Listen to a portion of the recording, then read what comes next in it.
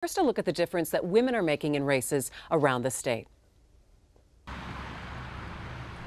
We're in St. Clair Shores, where Republican 9th District congressional candidate Candace Stearns gets ready to canvass the neighborhood. So on this, it's called Advantage, the software. It shows you where the voters are that are registered, and that it also talks about the propensity of them being a hard Democrat versus, a soft Republican. And so when you're looking at the app and you're going door to door, it's not always right.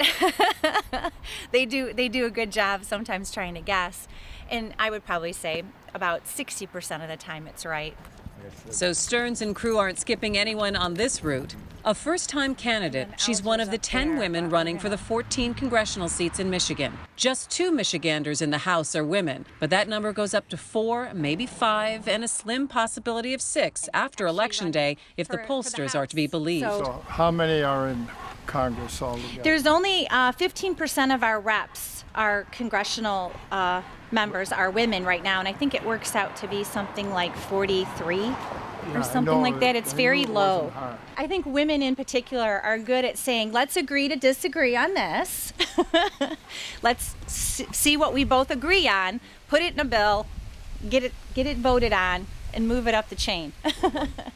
Thanks. Democrat Alyssa Slotkin is another political newcomer. A former CIA employee, she's in the 8th District here with some veterans in Rochester.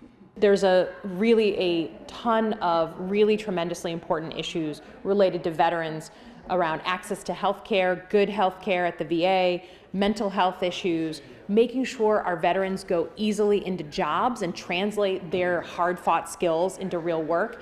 And you can't get to those issues and solve those issues unless you talk about it and put a spotlight on it. Health care. It's the issue that got Slotkin into the race. She tells the story in her political ad about how she lost her mother. And years later, my mom lost her job. So she lost her health insurance and couldn't afford the premiums. And that's when she was diagnosed with stage 4 ovarian cancer.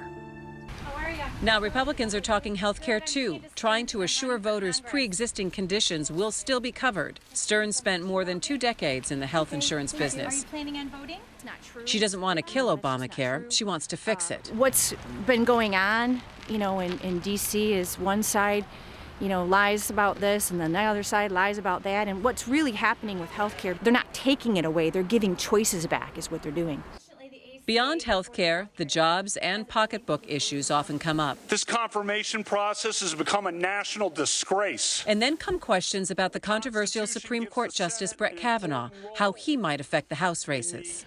I don't know that it's changed our campaign. I think for many, many people, no matter what you thought about the issue, that hearing, carried live on TV, seemed to represent the symbol of all that has gone wrong with polarization and politics in the past couple of years. Of course, everyone asks me, how do you feel about the justice decision?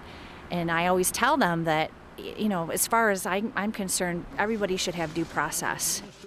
Both candidates say the news cycle moves too quickly and the Kavanaugh appointment probably won't affect their races.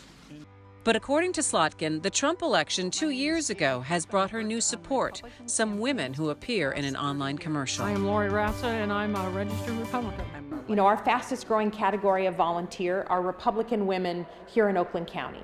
And it's because, not any one issue, it's because they know that politics right now is not representative of who we want to be as Americans, and they want to change it.